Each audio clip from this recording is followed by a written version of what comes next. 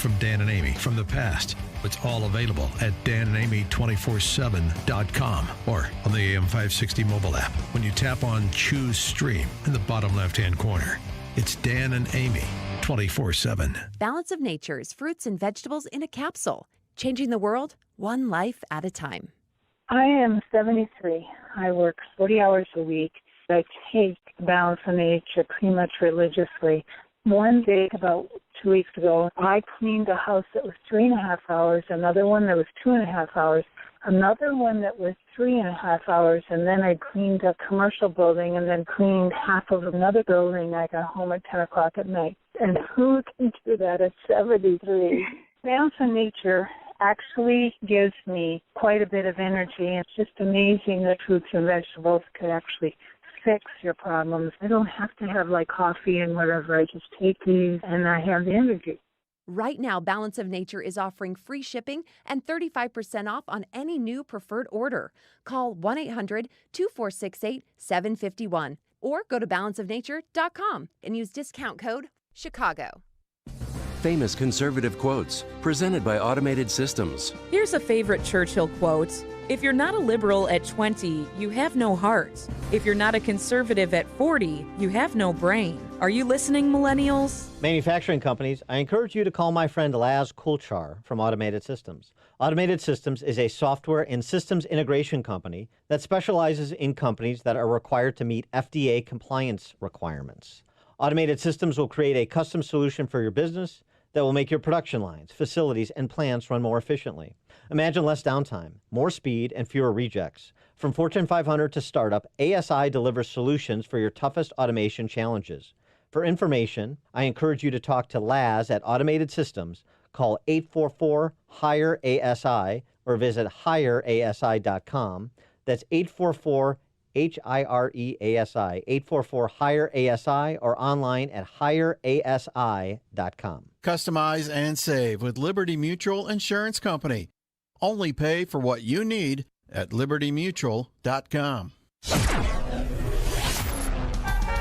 7:36 in the AM 560 Traffic Center. Here's Jim Telemonte. In North Suburban Wadsworth, there's a crash on 41 north of Wadsworth Road. In Schaumburg, eastbound Schaumburg Road is down to one lane at Roselle due to a water main break at the intersection. On the inbound Kennedy, traffic is sluggish through the Hubbard Street Tunnel to the Burns Circle. Your trip time is 22 minutes, O'Hare to downtown, outbound 20. Outbound Eisenhower, 31 minutes, 390 to downtown, outbound 28. Stevenson, 32 minutes, 355 to Lakeshore Drive.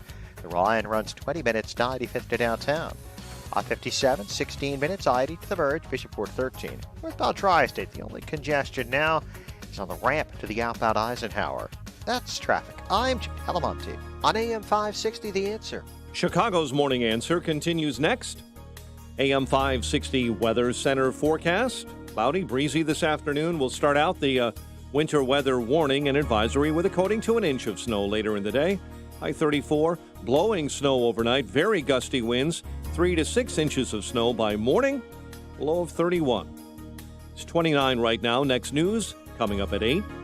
Breaking news as it happens, and Chicago's Morning Answer with Dan and Amy continues next on AM 560, The Answer. From the Matrix Home Solutions studios, this is Chicago's Morning Answer on AM 560, The Answer. Listen to AM 560, The Answer, online at 560theanswer.com, on the AM 560 mobile app, on your Alexa-powered smart speaker, on TuneIn, iHeart, and radio.com. Only the biggest stories, only the biggest guests, and only the biggest opinions. This is AM 560, The Answer. Top of the morning, Dan, and in for Amy J. This morning, Chicago Tribune columnist John Cass. And John, Megyn Kelly made a little news over the weekend in a BBC interview. Maybe she's trying to get back in good with Fox or reestablish a brand or something. I don't know. But this is what she had to say about the D.C. press corps and what happened on January 6th. Take a listen. They hated him so much they checked their objectivity, and it wasn't just CNN, all of them did. They just couldn't check their own personal feelings about him. Either that or they signed on to what I call the Jorge Ramos theory of covering Trump. He was at Univision, and he advocated prior to Trump's election that we needed to cover him differently, that you needed to outwardly call him a racist, sexist, misogynist, all of it. And that was important for history, and I think too many journalists agreed with that at their own peril. That part of the reason we saw what happened on the Capitol here 2 weeks ago was because there's been a complete lack of trust, destruction of trust in the media, and people don't know where to turn for true information. Almost a suggestion that the D.C. press corps coverage was, I don't want to say incited, but was impactful in terms of people's frustration, some people's frustrations boiling over to the point of lawlessness. She's playing a game here. Look, nobody, if you attack the Capitol, you broke the law. There's no excuse for it, okay? Agreed. There's no excuse. The larger story, I think she's kind of missing it, is that when you have no trust in our institutions, media is just an institution. For 40 years, the hard left has been about deconstructing objective truth and saying it's all your truth or your own truth, and let's speak about narrative because narrative is their new religion. And all of this is destructive in the long term, as we can see. Yeah, and Matt Taibbi writes about this a bit at his blog at Substack, and he talks about, the trust in media is an all-time low, and that's just dismissed as, well, that's because conservatives dislike the traditional media. But that's true, but it's not the whole story. 18% of Republicans reported trusting media, according to an Axios story, and the survey that they referenced. But 57% of Democrats trust the media. And Taibbi writes, 57% of half your potential audience is nothing to brag about when you're in the trust business, right? That actually turns out to be a problem, too, even despite the disparity between Republicans and Democrats on the trust question. For more on this and a couple of other matters, we're pleased to be joined by David Marcus, New York correspondent for the Federalist, Federalist.com, contributor to the New York Post as well. David, thanks for joining us. Anytime. What about that, speaking as a member of the press corps, but not probably one that's welcome to in those circles that we're discussing? What about what sort of the combination of Megyn Kelly and Taibbi is saying about the state of media? I mean, I don't want to speak for John, but I mean, I don't trust this. Look, I'm sympathetic to what Megyn said. Because I do think that there were a lot of factors, and I do think that I want to associate myself with John's statement that there was absolutely no excuse for the horrible actions at the U.S. Capitol. But I didn't imagine a federal courthouse in Portland being under siege for a month. There you go, right? Dave. What aboutism? It's not. Well, you know what the problem with the concept of whataboutism is that it's usually uttered by people who are trying to defend their own hypocrisy. So it's true, exactly. Right? These things happened, and I don't know if I had been in that situation in the Capitol, having looked at what happened all summer, I might have thought to myself, well, I've been watching this happen all summer, and CNN says it's peaceful. So that's not an excuse, but I do think that Megyn's condemnation of the media is warranted. I think Taibbi is right as well. It's just amazing to me. I wrote a column this morning about the situation where the New York Times had fired an editor purportedly for sending a tweet that said she got chills seeing Joe Biden. Now, they say it's deeper than that, but that seems to have been what triggered the firing. And the point that I made was the problem isn't any individual at the New York Times. The problem is the New York Times. They don't tell the truth. And people, and they have bias, right? They pretend they don't have bias, but it's very clear that they do. And the American people aren't stupid. And I think that's the biggest issue, is that the media, the politicians, the elites in general really do think that the American people are stupid, right? We had the state of California say just the other day, well, we're not releasing the coronavirus data because it could be misinterpreted by the people. It might mislead them. Well, who are you to do that? I'm not your child. How different is that than Tony Fauci telling the New York Times, I'm going to parcel out what I think is the threshold number for herd immunity as I think the American people can handle it? It's exactly the same. And I'm free to do that with my 10-year-old son. I don't tend to, right? Because even my 10-year-old son, I would prefer in general to know the truth about things. But the state of California and Tony Fauci and the New York Times ought not be doing that in regard to the American people. Well, and one other thing, too, just on this, going back to how the unrest and the violence throughout America was treated over the summer into the fall, into the present. Andy Ngo, who has been Johnny on the spot in Portland for the last year and Seattle and elsewhere, and documenting Antifa, since some members of Antifa almost killed him last summer. The Antifa rioting that was going on in Portland and Seattle, Twitter didn't do anything to stop the planning of that was happening online with those Twitter accounts, too. So it's not even looking retrospectively, it's watching in real time as there is one standard applied here and another standard applied there. Yeah, absolutely. I mean, what it feels like more than anything else is a social credit system.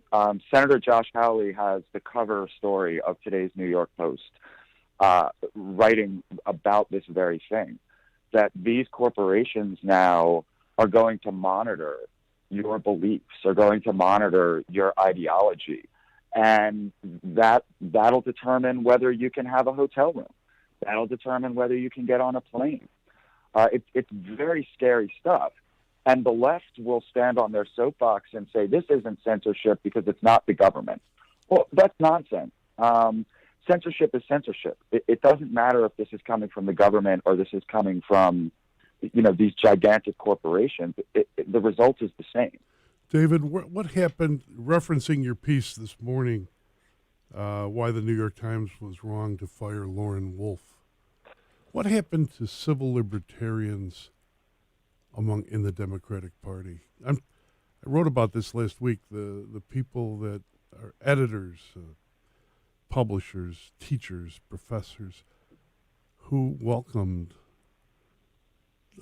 diverse views and intellectual combat. What happened to them?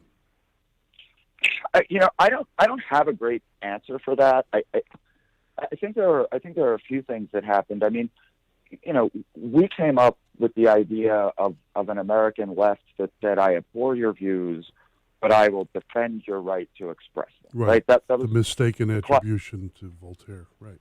Yes, that was sort of the classic line. That went out the window. I think it has something to do with this notion of corporate wokeism. I don't want to go too deep in the weeds, but I recently reread Noam Chomsky's book, Manufacturing Consent, right? And he's a big lefty. And he wrote this at the end of the 1980s about how corporations and those in power control the media and they censor and stuff. I think what Chomsky couldn't imagine is that corporate America would turn so hard to the left. And I think they see an opportunity here to silence their critics. And I think they're taking the opportunity that's given and abandoning what had been their first principle. But you're right, it's a massive change. And I'm not, and despite the fact you invoke Noam Chomsky, I'm not going to make you define what an anarcho-syndicalist is. So it's just too early for that. I wanted to get to this other piece that you wrote about Mitch McConnell, him needing to go. It's very interesting what's happened in GOP ranks and get your perspective on it. You had Liz Cheney be censured by one county party in Wyoming and facing at least one primary opponent already. Arizona Republicans moved to censure both Cindy McCain and Governor Doug Ducey. But meanwhile, you have Mitt Romney saying if we're going to have unity, there must be accountability. And he means accountability in the form of convicting the president of dereliction of duty, as it were. It's interesting that Romney wants accountability there, but not for the expert class and all of everything that they have gotten wrong, catastrophically so, across the spectrum, or done perhaps unethically, if not illegally, in places like the FBI and CIA. But nonetheless, accountability is Mitt Romney's watchword. And you have some Republican parties attaching accountability to their home state Republicans. And Mitch McConnell seeming to be in liege with Mitt Romney, at least rhetorically to this point. It looks like potentially we're headed for a real schism, one that's even deeper and wider than it is at present.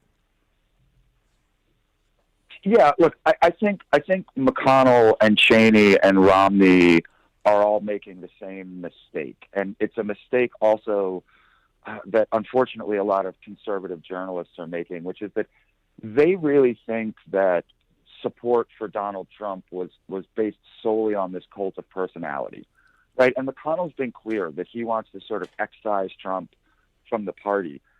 What they don't understand is that it's not about the individual person, Donald Trump. It's about a whole host of issues having to do, everything from trade to immigration to not getting into new foreign wars. I mean, there's a whole platform of issues where he really transformed the party. And the voters aren't going to go back to the 30 years that they had of, elite GOP politicians saying, we don't share your values, we don't share your beliefs, we don't put you first, but we're better than Democrats, so you have no choice. Trump proved that they do have a choice. McConnell saw an opportunity here to shame those voters into getting back on the old establishment GOP farm. And thus far, the voters are saying, no, we won't. And that's why McConnell apparently can't muster the votes to convict the president. And that's going to put a lot of egg on his face because, the old saying, you shoot at the king, you better not miss. Isn't part of this also McConnell's effort to corral, I think you even mentioned it in your piece, Mitch McConnell needs to go, to corral Hawley, Cruz, and others? Can't anyone rid me of these accursed conservatives? Yeah, absolutely. But again, it's Hawley who's got the wood of the New York Post today, not Mitch McConnell. So, these are the voices of the future. Mitch McConnell is very much the voice of the past, and, we thank him for his service, and we got a lot of judges, which is great. But let's not forget this. He'll go down in history for the Merrick Garland gambit, right? Because that really could have backfired. Why didn't it backfire? It didn't backfire because Trump won the election. Right. Well, the thing that's curious about Mitch McConnell, I mean, how does... because if he's just a political animal and he just wants to be Senate Majority Leader, then how does pursuing this path set him and set the Republicans up to retake control of the Senate, much less the House in 2022? I just don't see how one leads to the other in his mind. Everybody is confused by this, right? Like the people that I've talked to in D.C., who had the ear of senators, people like Rick Scott, just sort of like reasonable, normal Republican senators really do not understand what McConnell's doing here or why. I can't get in his head, but it doesn't make a whole lot of sense to me, and it doesn't make a whole lot of sense to them. He is David Marcus, New York correspondent for The Federalist, Federalist.com, contributor to New York Post as well. David, thanks as always. Appreciate it. Have a great day, guys. Take care. You, Dave. And he joined us on the Turnkey.pro answer line. There's only one radio show in Chicago talking about today's biggest stories and telling you what they really mean. That show is this one, Chicago's Morning Answer on AM 560, The Answer. This is attorney Stephen Leahy. This isn't the first crisis we faced together. Back in 2008, business professionals in trouble sought help from bankruptcy attorneys, loan modification attorneys, foreclosure defense attorneys, and IRS attorneys trying to gain full financial recovery. They should have just called me. Let me tell you about Chuck. His small business crashed in the 2008 crisis. He faced 2 foreclosures, overbearing creditors, and the dreaded IRS. Chuck would not even get out of bed in the morning. His wife heard me on the radio and convinced him to hire me. We got Chuck a loan modification and a short sale. We obtained a discharge of his debt and settled what was left of his IRS liability. Now Chuck is back in business and in control of his life. You can hear Chuck tell his own story at fullfinancialrecovery.com. We can get through this new crisis too. The time to start rebuilding is now. Don't let your life's work go down the drain. Get your free guide to recovery at fullfinancialrecovery.com. That's fullfinancialrecovery.com. Or call me right now at 312-664-6649. There's no time to waste. Fight back now. Our freedom and security are made possible through the service and sacrifice of our military and first responders. The Gary Sinise Foundation provides many outreach programs supporting these brave men and women. Join us. Donate at GarySiniseFoundation.org. Balance of Nature's fruits and vegetables in a capsule, changing the world one life at a time. I am 73. I work 40 hours a week. I take Balance of Nature pretty much religiously. One day, about 2 weeks ago, I cleaned a house that was 3.5 hours, another one that was 2.5 hours, another one that was 3.5 hours, and then I cleaned a commercial building and then cleaned half of another building. I got home at 10 o'clock at night. And who can do that at 73? Balance of Nature actually gives me quite a bit of energy. It's just amazing that fruits and vegetables could actually fix your problems. I don't have to have like coffee and whatever. I just take these and I have the energy. Right now, Balance of Nature is offering free shipping and 35% off on any new preferred order. Call 1-800-2468-751 or go to balanceofnature.com and use discount code Chicago. The exciting new Ford Commercial Vehicle Center at Joe Cotton Ford in Carroll Stream is your Chicagoland headquarters for commercial vehicle sales and service. Right now is the perfect time to get into a new vehicle from the exciting 20 and 21 lineup of Ford commercial vehicles, including all transit sizes and configurations, dump trucks, KUVs, plus a full selection of Power Stroke diesel Super Duties and chassis cabs. Joe Cotton Ford always delivers the perfect vehicle for your business needs and budget. We are here to service you and keep your business moving forward. Be sure to check out our brand new, state-of-the-art commercial service facility servicing vehicles up to F650 and F750. See why we're Chicagoland's best Ford buying experience. For the 7th consecutive year, voted the Daily Herald's Reader's Choice winner for domestic dealer for sales and service. And remember our Joe Cotton Ford promise. We'll treat you great and save you money. From 3 generations of our family to yours, you have our word on it. At Gary and North Avenue in Carroll Stream or at joecottonford.com. Is chosen by the Daily Herald readers. Attention all former Marines, friends, and families of Marines. ChicagoMarines.com is your